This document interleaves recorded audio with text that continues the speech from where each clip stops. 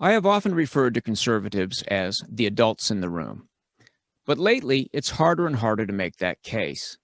I know that 90% of you are solid, hardworking Americans who probably never bring up politics in a social setting. You're modest and thoughtful of others, by nature and by the values taught to you by your parents. And then there are the other 10%. Tragically, at the beginning of a Democrat presidency where they also hold both houses of Congress, the image many Americans have of us is that of sore losers tearing up the Capitol building in a mass temper tantrum. It's going to be very hard to repair the image that the vast majority of us have done nothing to harm. The tone of our discourse has gone terribly wrong.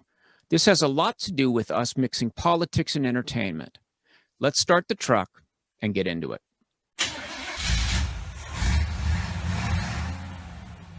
I was young and stupid when Ronald Reagan came to national prominence. I didn't vote for him, but I did kind of like him. He reminded me of my grandpa Ralph and my great-uncle Guy, two Indiana boys who'd come to California in the 30s when this state was the place to be. I really liked the way Reagan could kid himself and his opponents while cracking up everybody within earshot regardless of party. He had the kind of good-natured decency I grew up with. But when he got serious, it was apparent that he not only knew what his values were, but exactly why he held them. They called him the great communicator. Indeed, he was. He had been a performer by trade and knew how to sell what he was saying. With his facial expressions, his tone of voice, a good story or turn of phrase, he knew how to manage the transition from serious to whimsical and back again. This was politics with a light top coat of entertainment. At that time, news was something we watched because we thought we should, like eating healthy and getting exercise. We didn't expect it to be exciting and fun to watch. But while Reagan was on the campaign trail in 1980, something important happened. CNN opened for business. Now we had a channel that made news the whole meal, the whole diet. It was a lot to ask of the world to provide something interesting 24 hours a day, 7 days a week. This was an expansion of an existing challenge. For years, the big three networks had been under pressure to punch up their stories so that news wouldn't be a loss leader, but actually carry its own weight. The hit movie Network had darkly satirized this 4 years earlier, with anchorman Howard Beale accidentally discovering that outrage and anger drew audience share. That movie also toyed with the idea of creating the news and then reporting it. People were beginning to understand that partisan politics was a pretty reliable source of juicy stories.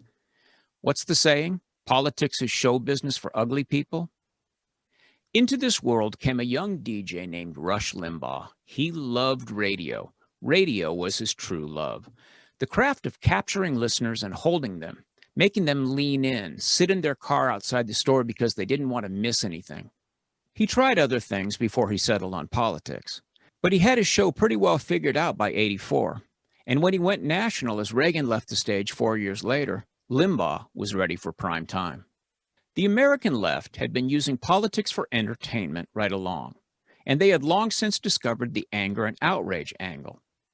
In the 60s and 70s, going to protests was like going to a rave was in the 90s. Folk music was highly political. Bob Dylan was considered a political figure as much as a singer, though he's tried hard to shake that off. I was just a kid when Nixon was trying to deal with a misbegotten war he'd inherited from 2 Democrat presidents. But even then, I noticed the inequity of hanging that mess on the guy the press called Tricky Dick. The summer of love was over and the age of media had begun. The hippies, who just wanted to be free of all government, had been co-opted by leftists who wanted to be the government. As recently as 1968, protesters were as likely to attack a Democrat president as a Republican. But by Watergate, the hippies and leftists had chosen sides forever. From then on, Democrats were the party of limitless change, and Republicans were just in the way. They dogged Reagan as relentlessly as they had Nixon, but Ronnie's gift for understanding a script held him in good stead. He took it all in stride.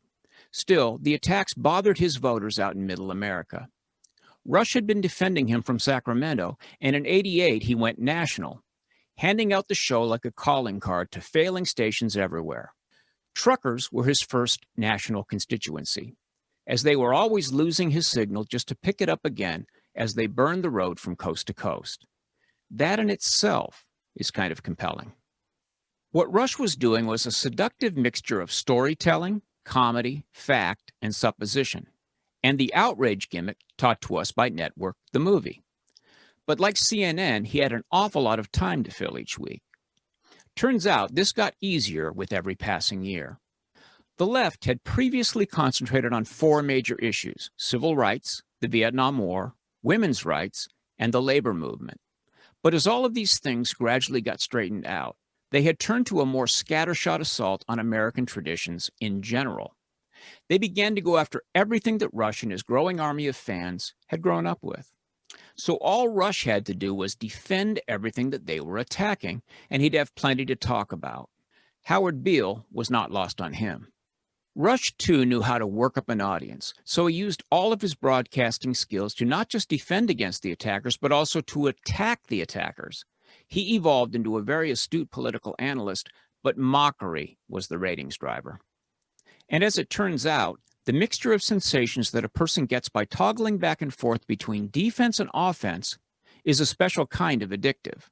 Once you get used to a base level of adrenaline in your system, it's hard to go back. In the 80s and 90s, pretty much everybody in America who hadn't gone off to college and been absorbed by the new left was tied to a drag job between 9 a.m. and noon. Conservatives had been knocked badly off balance by the speed of change, so when Rush turned his flamethrower intellect on those who threatened their way of life, he became the ultimate alpha male. Presidents came and went, but Rush, he was immortal until he wasn't. Long before we knew what an avatar was, millions of blue-collar Americans had one in Rush Limbaugh.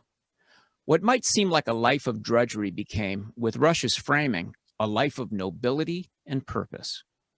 Limbaugh roused a sleeping giant, and the rest is history. I don't blame the entire divide on Rush Limbaugh. If it had only been Rush against the world for 15 hours a week, that would have been just about perfect. If that little show had been nestled into daily programming that included music, sports, and more traditional news, we'd be just fine. But Rush was so good that all other programming paled in comparison. The stations wanted more like him, and an army of imitators was soon filling the air with snarky outrage 24/7. Political talk became a full-blown entertainment genre. Producers simply had to track along behind the insatiable change junkie engines of American leftism, and the topics would never dry up. As cable became ubiquitous, Fox News grabbed the ball and threw it into America's living room. Rush learned that he could sucker the left into going harder on something just by making fun of it harder. Clips were available of him saying all sorts of provocative things. He did shows entirely driven by the reactions to things he himself had said. Talk about a symbiotic relationship. It was inevitable that MSNBC would come along and that CNN would eventually be as biased as Fox News. By the time Donald Trump turned his own prodigious media chops toward a presidential race, the rhetorical devices were perfectly well understood. All that Trump did was to channel the angst of Limbaugh's audience using Limbaugh's satirical approach. It was as if he'd stepped from his escalator directly onto the moving train of political entertainment. He had only to stamp Trump across it all, and it was his for the next 5 years. When you heard him take out the opposition in the Republican primary, you knew that you weren't listening to the new Reagan. This was Reagan in the 1980 primary season talking about the other Republicans running. The vitality of the Republican Party is shown by the caliber of, 10 candidates that we have fielded. I think they're all formidable opponents. I think they're all fine, capable men. And I think the Republican Party can happily unite behind whichever one finally ends up as the nominee.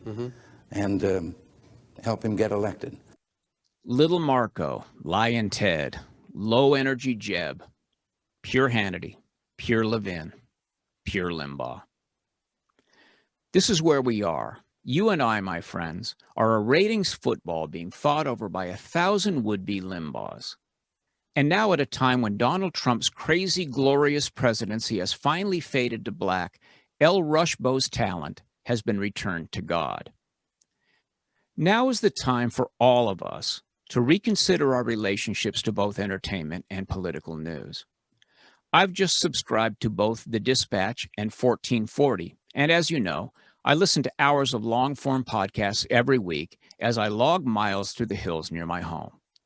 FYI, Jordan Peterson is back with a podcast of his own. Be forewarned, he's not pandering to the butthurt. Let us all be wiser going forward. I'll pin a comment below, and if you found a good unbiased source of news, please leave a comment telling the rest of us about it. As for Blue Collar Logic, well, we'll be right here, and I hope that you trust us to be as accurate and straightforward as ever. Thanks for watching. If you like this video, subscribe to our channel and then click the little bell to get notifications.